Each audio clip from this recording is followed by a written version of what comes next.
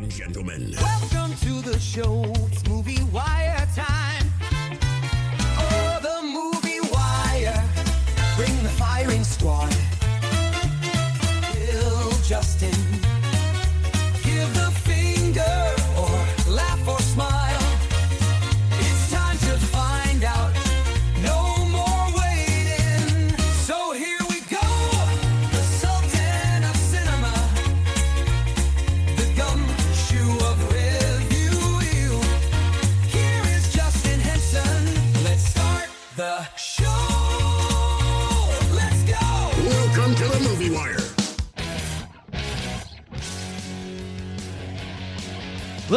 Welcome to this week's edition of the Movie Wire. I'm your host, Justin Henson, and welcome to the show. This week we have 4 brand new movies with 4 brand new reviews, with 3 playing in theaters and 1 that was short-lived in theaters that will be part of this week's Movie Wire catch-up. This week on the show, everyone's a suspect in the Date from Hell in Drop. Pack your body bags, Jason will never eat marshmallows again in the horror comedy Hell of a Summer. Be there and be square in a Minecraft movie. And finally, there's no cult like Celebrity in Opus that's available to rent or buy on VOD right now. We've got a lot to cover this week, so let's jump right in. Ready for my verdict? Let's get into it.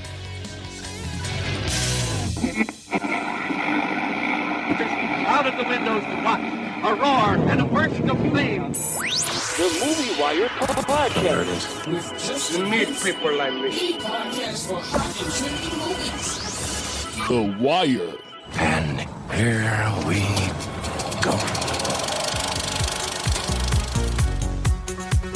4 misfits are suddenly pulled through a mysterious portal into a bizarre cubic wonderland that thrives on imagination. To get back home, they'll have to master this world while embarking on a quest with an unexpected expert crafter in a Minecraft movie.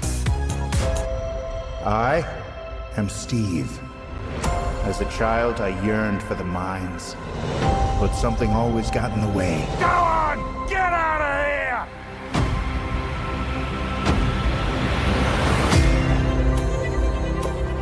But the call of the mines was too strong. So one day, I started digging and digging until I found this. A wonderland where anything you can imagine is possible. As long as what you imagine can be built out of blocks. Got a boy? Where are we? Wait, who are you again? Garrett the Garbage Man Garrison. Gamer of the Year 1989. Whatever. I barely think about it. Welcome to the overworld. Anything you can dream about here, you can make.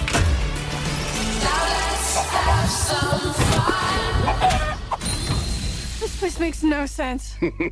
Don't I know it? There are dark forces who want to destroy this world. If we want to stop them, we're gonna need to create something amazing. Let's go to the stash. This is our decision. Nothing we can do. We've got the vision. Now let's have some fun. Yeah. What's this junk? An ender pearl. Teleports you to wherever you throw it. Yeah, right. And that was the only one I had. No biggie. We were fated to pretend. Oh yeah, there's one more thing you need to know. Great. Now it's dark. Does that feel quick to anyone else?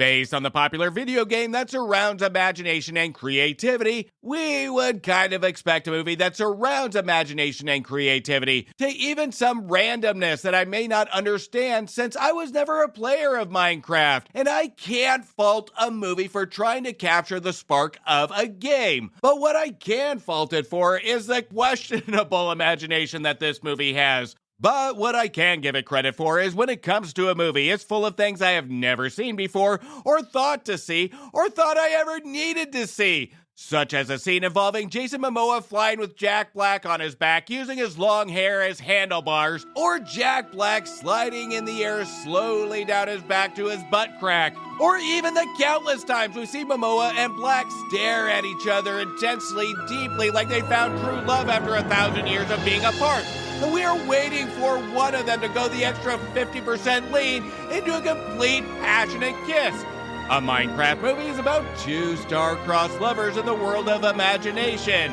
That will be my interpretation. Oh my. But in reality, it's a movie that really goes all in on the star power of Momoa and Black, building chemistry and memorable scenes to add some depth to this cartoon that's playing in the background. But, you know what, to its credit, building a story around a video game that really doesn't have a point or story can either be very difficult with how many directions it can go, or easy enough to piece together and use the overall setting as just a mere prop to really anything a writer wants to place in and call it a story. Our trio of writers, Chris Bowman, Hubble Palmer, and Neil Widener, picked the second choice. It's a simplistic story that is set to showcase the look what I can do factor. With a mix of computer animation and real people, a movie that's shot as 90% green screen.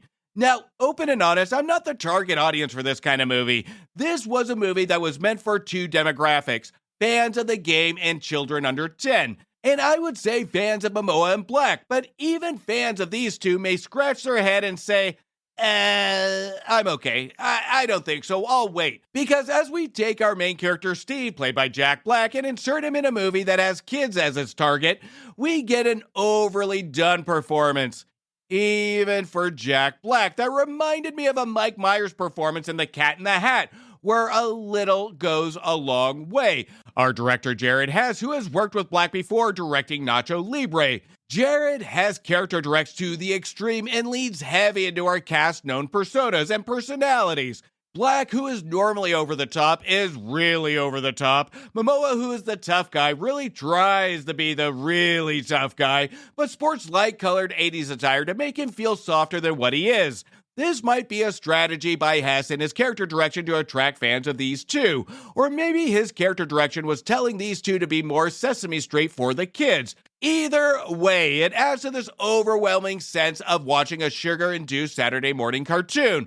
The kind that makes you as a kid ignore everything happening around you, tune everything out, and be hypnotized by the screen, as if dangling keys in front of a toddler's eyes.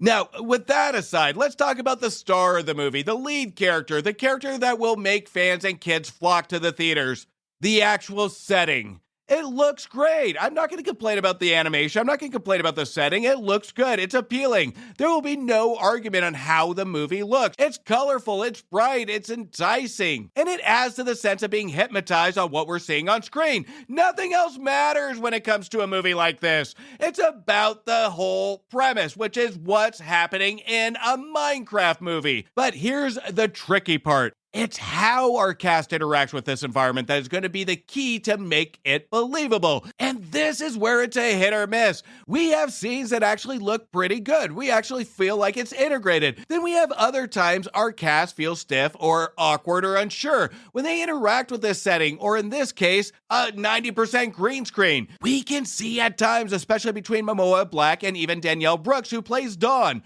really struggle with how to stand, where to place their hands, or how fast to move, etc., etc.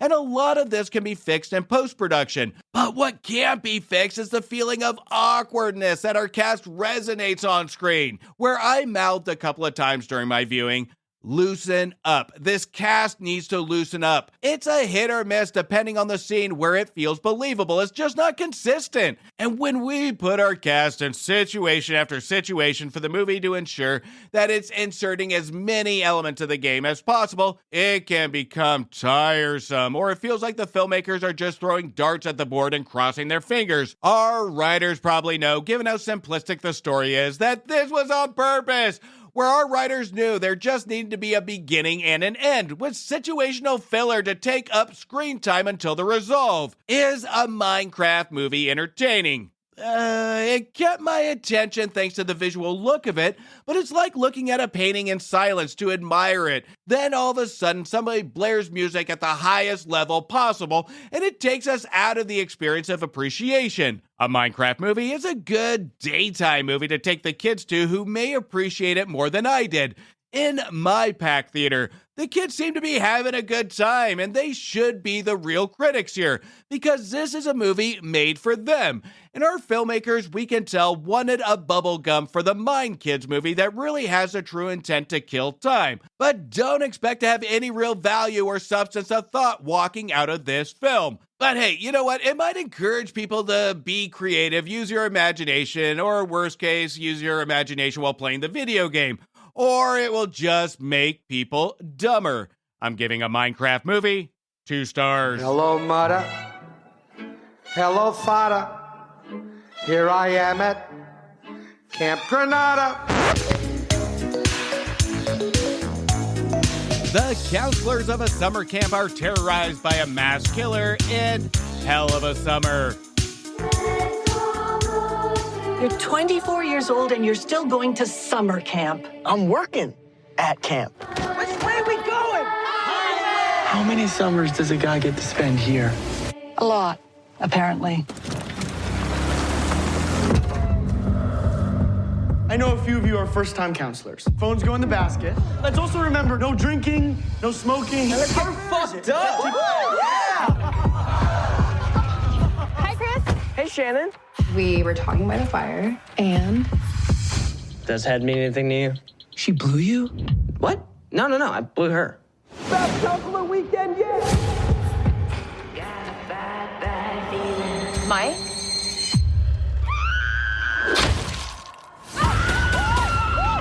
Oh, fuck! What is happening right now? There's a killer on the loose! What? Hello?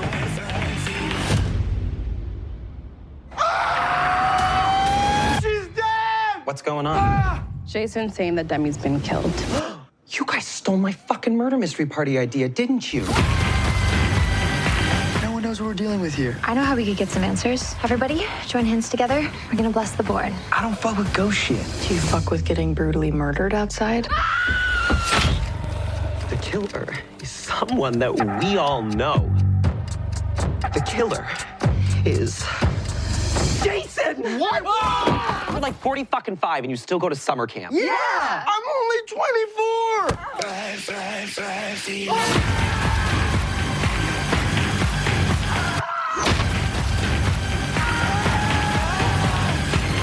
So much blood. Shut. Oh, God, this is bad. That's so much worse than I thought it was gonna be.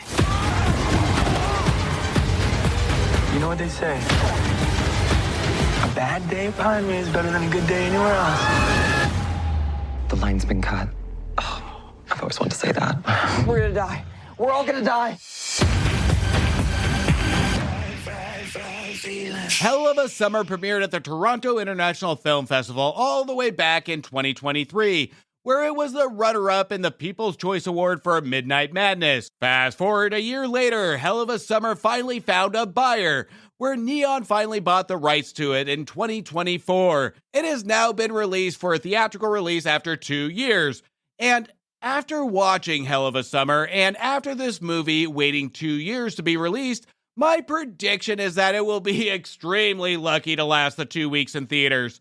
Hell of a Summer stars Fred Hetchinger, who plays Jason, a 24-year-old counselor who has spent the last 9 years at Camp Pineway, who returns to camp only to find out that the two owners, John and Katie, are missing. What happens to our owners happen within the first scene of the film, and you can probably piece together what happens as it doesn't really act as a mystery. And now Jason has to take on the job to greet new and returning counselors for the summer. Little does he know that there will be a killer taking out the counselors one by one. Now, as each and every cartoonish character appears on screen, it's hard to not start making decision on who the killer is. And that, to me, is more of an appeal to a movie than the actual killings, unless a movie can really earn my attention to the gore and kills in a smart way. This group of counselors, we have the movie buff, we have the social media obsessive female, we have the stereotype gay guy that loves theater that has all the funny lines for comedy relief. We have the weird goth one, the outcast, we have the nerdy guy, and of course, two with sex appeal. One that's a jerk and one that is sex starved. Each one represents a character from slasher films past. With how many characters Hell of a Summer has, it does balance all of them pretty well.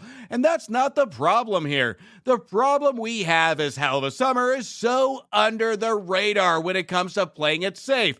There's no real hook to it. When it wants to be gory, it's ho-hum. When it wants to be funny, it falls flat with comedic timing. And when it wants to be scary, it feels like someone who can't talk, who's a mute, wearing a sheet with eye holes, jumping out and attempting to say boo. It never lands what it seeks out to do. And this, to a certain level, can be forgiven if the mystery aspect is still alive. But if you pay attention, the mystery of our mass killer isn't hard to figure out along with the motive. And you know what? Even if the mystery element of cinematic storytelling isn't there, and it's so ho-hum, and it's so lame, and it doesn't pan out, I can still forgive this. And you know, it might be the 4 glasses of bourbon I had going into this movie that I'm being so forgiving of this and so nice to this movie. But the mystery element doesn't work out. The motive is the main problem. The motive is the thing that really does drive me crazy. The motive is so unoriginal that we have seen countless times. There is nothing unique about it. The one thing that does work is the characters. The characters can be fun when they're in unison, when they're on screen together with all the different traits that they have. It's entertaining when they're all together. They bounce off of each other to help with the comedic timing and the banter. But anytime we get these characters alone, especially our nerdy type character Chris, played by Ghostbusters Afterlife and Frozen Empire Finn Wolfhard, who struggles here, where he attempts to play every other fucking character he's already played in a subtle, sarcastic way. And it just doesn't work here. He is the least interesting and the worst at his delivery here, especially when it comes to anything funny that he attempts to land. This is even more frustrating because he is the one that helped write and direct this film. In their first big screen writing and directing attempt, Finn Wolfhard and Billy Brick create a movie based on a worn out formula and try and make it fun by adding elements that we can tell are intended to add a shock factor, fun factor, camp factor, but it's all too safe. Even when a kill is set up to go overboard and campy, it's like Wolfhard and Brick's mothers were standing over their shoulder telling them no. Where it's hard to understand for me that if you are a writer and director, and in this case cast members as well, taking a slasher film that we all know has been overdone since the 70s to now, and is most likely going to be an R-rated movie, how they don't go all in, how they're not committed to just going over the top and make the camp feel fresh. Be committed, be creative, and have fun with it. What are these filmmakers scared of? I felt like I was watching a G-rated R movie. I felt like I was watching a kid's show that tries to be scary, like an episode of Goosebumps or Erie, Indiana. We have a scene in the film that usually would irritate me. But again, the bourbon probably kicked in. But instead made me just disappointed on how misguided this movie was, where one of our characters is entering a cabin that is pitch black in the middle of the night. And this character trips over a table or chair leg, whatever it may be, and our killer is in the same room wearing a devil mask with little eye holes, and never once did our killer trip or find it hard to see in the dark. This is something that could have really added to poke fun at this subgenre of horror, to have some fun with it being a slasher film. having our killers make some subtle mistakes to add to some silliness, especially with the predictable moments that happen one after another, to the predictable motives of our killers and climax. They could have gone all in on silliness and camp to really make this formula work. Wolfhard and Brick, we can tell, had an idea of this, but the execution was way off. They were too mesmerized or too nostalgic of slasher films past to hold to the tradition and not delivering any fresh ideas. Hell of a Summer, walking in, I was hoping for some silly, campy horror slasher fun, but instead all I got was a rated R horror movie that felt like a rated G horror movie. The perfect description of this movie would just be limp. And with a horror slasher movie with a bunch of horny camp counselors, limp shouldn't be a word to describe what this movie truly wanted to be. At times it has its moments of entertainment, it can be fun, but it is merely driven by the energy we get from Fred Hitchinger. I'm giving Hell of a Summer 2 stars. Let's all go to the lobby. Let's all go to the lobby. Now, before we get into the rest of the show, make sure to check out reviews for movies that just became available to rent, buy, or stream now. Now available on video cassette. He's dying to save mankind in Mickey 17 that constantly battles itself for substance over spectacle, receiving 2.5 stars. When the odds are unbelievable, show the world you're unbreakable in The Unbreakable Boy. That actually shows vulnerabilities and humanity and makes this a hopeful and happy tearjerker, receiving 3 stars. Everyone dies and that's fucked up. In which I wish I said that's fucked up more in this movie, receiving 2.5 stars.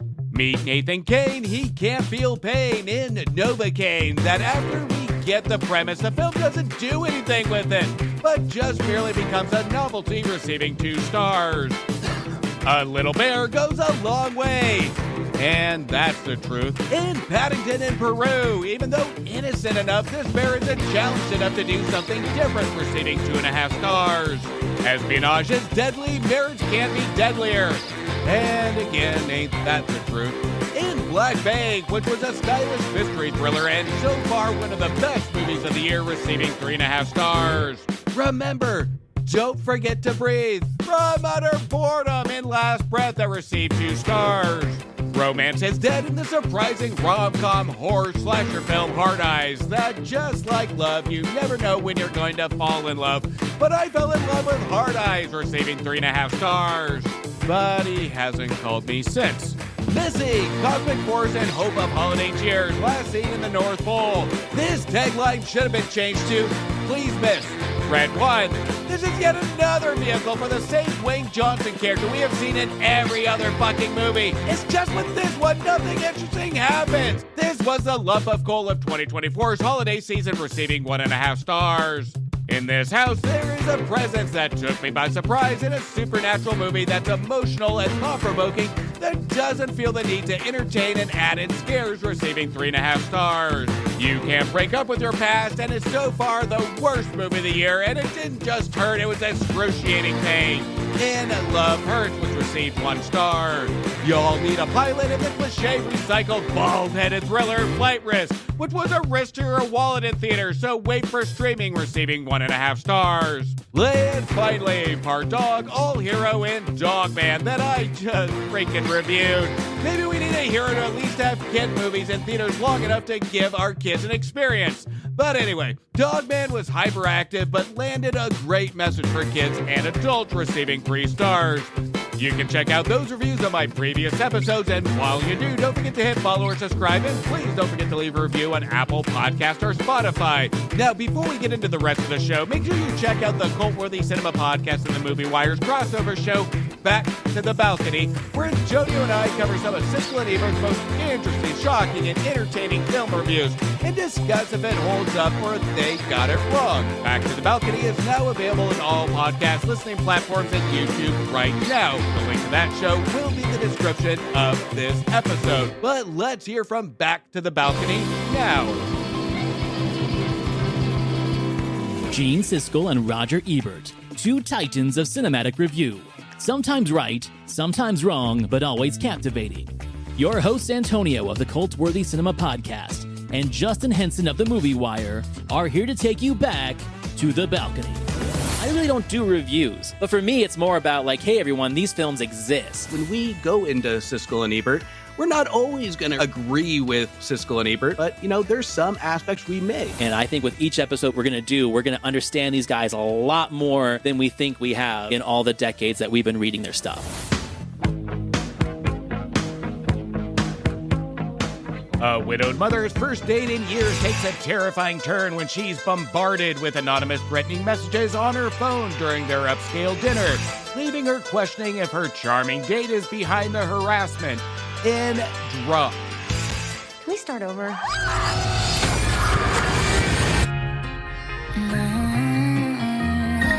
Somebody keeps sending me these. You gotta be within 50 feet to send a drop. It's someone in the restaurant.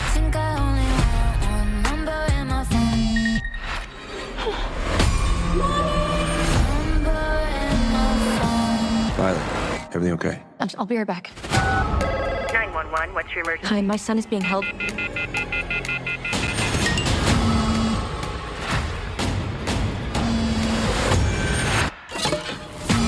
What do you want from me?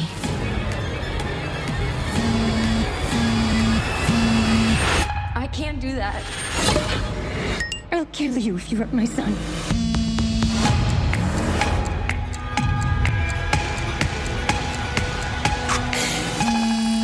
When I find out who's threatening my son, I'll show them how dangerous a mother can be. I know it's you. How's this date going? First date jitters. No, you're killing it. Now, I was taken by surprise when it comes to combining and properly balancing horror and rom-com feels in Hard Eyes earlier this year. And I was also taken by surprise with Drop, that has to balance a thriller and relatability to the first date jitters. Drop is a new thrilling film by Christopher Landon, who surprisingly enough wrote Hard Eyes, that in my previous review I absolutely loved, along with writing and directing the fun horror film Freaky from 2021 and Happy Death Day from 2017.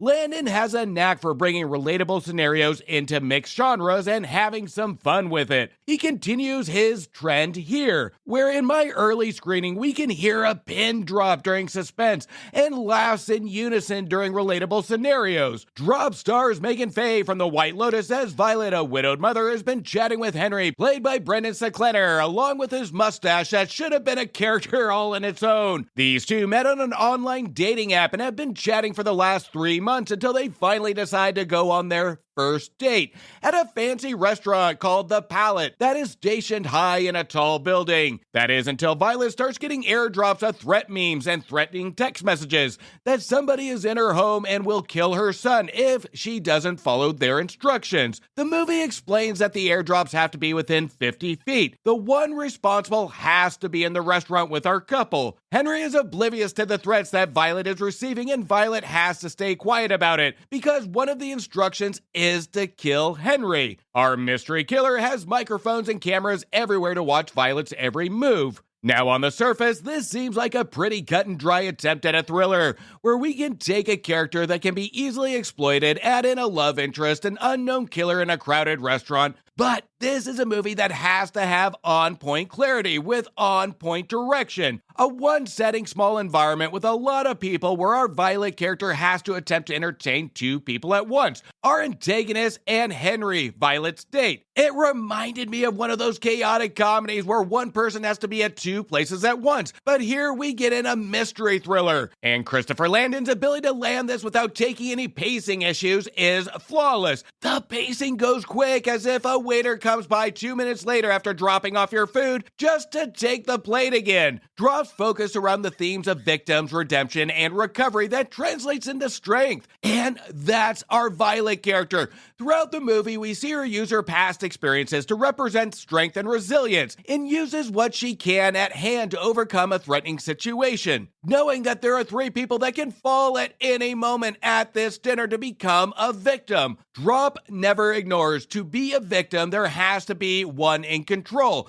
And our writers Jillian Jacobs and Chris Roach include this exploration during all the chaos. As a viewer, I could respect the growth Violet has from her past, but never does the movie get tempted to stamp her as a victim in this situation. Our writers use the theme of victim as an outcome. And during the film's runtime, we don't see Violet as a victim except for what we've seen from the past, but rather a fight for survival for those that can become victims. She uses her past experiences and kind of a setup in the beginning to be the strength in this movie.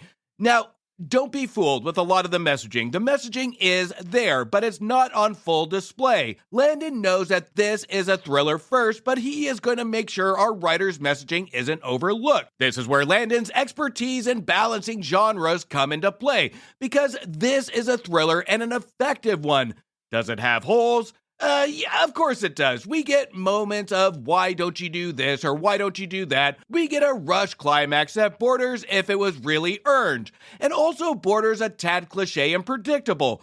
But we don't think about that during this ride, because the pacing is really on point to make an excellent popcorn movie. Landon demands our attention on screen, from Violet's strategy of survival to reading our antagonist's texts that appear in bold letters on the screen. The main problem I have with Drop is just a personal choice, is that we do get a subtle first date chemistry between Violet and Henry in the beginning of their date, where we get some believable chemistry that we kind of get the feeling of a first meeting. That's believable. I would have loved to see more of their chemistry build before we jump right into the conflict, to maybe even explore the internal and external struggles between victim and growth that they both share. Yes, we do get this addressed, but it plays just like the action, where it goes super quick, and Christopher Landon has to keep up with the pacing, and not to kind of slow this movie down because we can see what the intent is. I get that piece of it, but I think our writers would have been smart to spend just a little bit more time between our Violet and Henry character to build even more stake around our Henry character. Double the stakes, double the thrills. And we could have seen this more in the beginning in a conversation piece as these two get to know each other. But we are mainly focused on our Violet conflict. Drop was another surprise from our director, Christopher Landon, who has already had a good script from this year's Hard Eyes, and now one of the first good directed popcorn movies of 2025. And between his written Hard Eyes and now directed Drop, my question to him is, who in the hell broke his heart to make his date movies so terrifying? If Christopher Landon isn't careful, he will be dubbed as the greatest cockblock filmmaker of all time. But worth it, because he is a damn fun director and writer. I'm giving Drop 3 stars.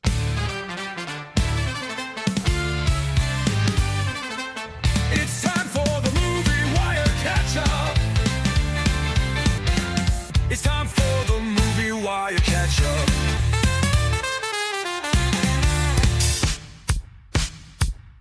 A young writer travels to the compound of a pop icon who disappeared years ago, surrounded by his cult, as well as a group of fellow journalists, including a young, ambitious journalist that finds a bigger story beyond our pop star. She soon discovers his twisted plans for the gathering in Opus. And I love how she dressed like a saint. There's a rumor flying around that Moretti's back. Like, Moretti? After 30 years outside the public eye, pop icon Moretti returns for an exclusive listening experience. He's bringing you a gift. This is for Ariel Ecton. It'll be an absolute honor to spend this weekend with you. Thank you. Yep, namaste. Everybody meet Ariel, some young blood from the magazine. This is Clara, the most hated sex symbol on TV. Thank you. How's print media treating you? Congratulations, and welcome to this once-in-a-lifetime gathering. Moretti requires that everyone be shaven.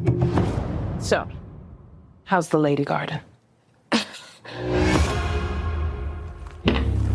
Mr. Moretti will be playing the greatest album of modern times. Future times, all the times, really. And there is more to come. so much more. What is it that you guys do? Would you like to see? The crowd is upset. Upset that I'm not on stage. Is this not alarming to you? The back row's asleep. But the front row's ready to rage. Are you sure you haven't been drinking with us? Okay.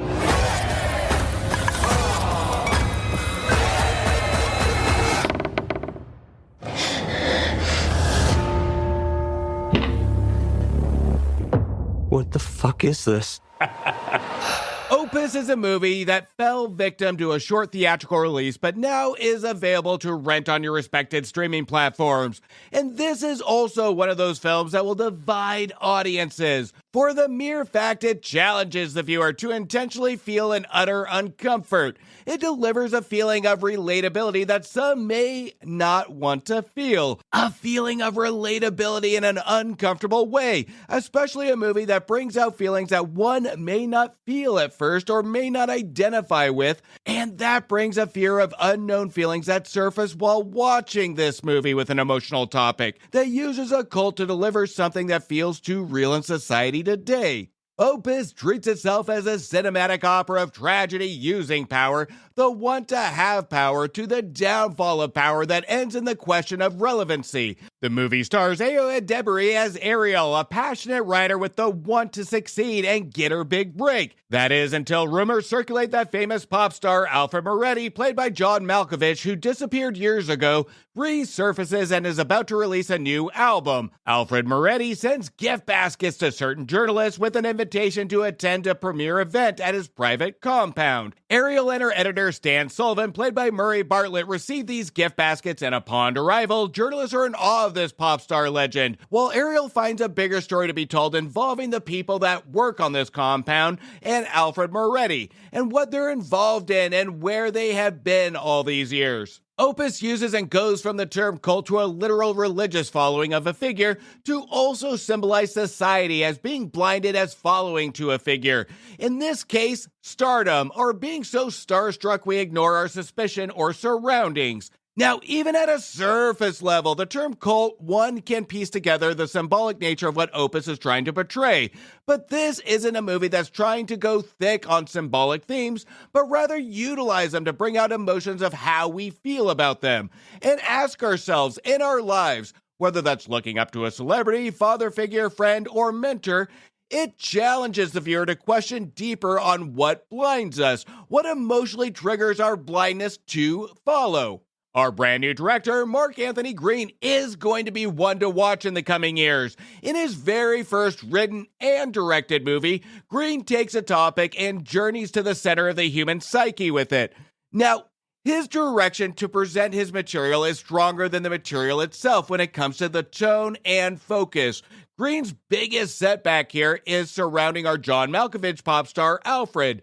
Though Malkovich gives a naturally strong and fantastic performance here, Green has to ensure that the direction is even more stronger, because the weakest part of the film is our pop star when it comes to depth. And when John Malkovich is on screen, it's all eyes on him when it comes to his performance. He steals the show, he really does. But we need to have the material for something for him to work with. Malkovich here almost plays the difference between a rock star and a superstar. A rock star is one that really gets involved in the material to really go in depth on what he's displaying on stage, versus a superstar that we know what a superstar is, it's just for mere entertainment. Those are the differences between superstar and rock star, and we see more superstar here than we do rock star when it comes to the performance. There's little depth to this character, and it's just more for show. Green, in theory, is smart to leave a little bit of mystery to this character, but as he leads to the intended climax, this is where we don't get two things. Number one, buy-in, or feeling of the magnitude of how big this pop star was. And number two, the dialogue. We get very surface dialogue that is aimed for building a mystery around this character. Green utilizes surrounding cult members to give us the assumption that something is going on in the background. And of course, in the synopsis, it kind of gives everything away. It leaves very little mystery here. And you know what? I can have buy-in on this, that Alfred is surrounded by press and has to look the part. But if Green is trying to portray a thematic message of what blinds us, I need more from our Alfred character other than what the writing and the synopsis is telling us. That why should we look upon this character as iconic? There is very little substance here to give us the why the world finds this man appealing other than what we're told. The direction hints at mystery with danger, with a dark overtone with pieces of red undertones that hints at danger or even passion, that we can read into passion into what we believe is right. And we can take that as a question by the time the credits roll of who is the protagonist and who is the antagonist. Is one that has a passion to seek fame for a following different from those that already have a following? This is a part of me that sees Green as a director that can visualize the material and amplify it in direction when he sees flaws in the material. In Green's first film, we can see a new director's humbleness to being able to pivot when he sees holes in the story and even the characters, where we do have those directors that stick to the vision no matter what it costs the story. And we can see this prominent whenever John Malkovich is on screen. We can see it in the character direction. We can see it also in the tone and the camera shots. And visually, we can see the story being amplified in direction when the material starts to weaken. Holistically, Green is successful in his vision to allow the story, even with dialogue holes, to still be told effectively and allow the feelings and emotions surface from the viewer. This is a film not intended to make one feel good, but to unexpectedly bring out questions of oneself, and the emotional reaction will solely be up to the individual. That will make this a love or hate it kind of film. But it's hard to deny the amount of ambition a new filmmaker has put into it, and its effectiveness. Opus is a brave film and a complex one, especially for a new writer and director to cover and execute properly, where we can ignore some of the character flaws. I appreciate the ambition from Green and the style that supports the progression of the story and the messaging. Even though this isn't a movie that will make you feel great by the end of the film, it will make you reflect. I'm giving Opus 3 stars. And that's a cut on this week's edition of The Movie Wire. I want to thank you for listening and thank you for your support. You can also show support by following me on Instagram, Blue Sky, X, Thread, Facebook, TikTok, YouTube, and Letterboxd at Movie Wire Show. And please don't forget to leave a review on Apple Podcasts or Spotify. And if you haven't yet checked out the Cult-Worthy Cinema Podcast and the Movie Wire's crossover show, Back to the Balcony, make sure you do. Again, the link of that show will be in the description of this episode. Until next week, do me a favor. Make sure you stay for after the credits to show the respect to those that put their blood, sweat, and tears into making a feature film, and support your local movie theaters.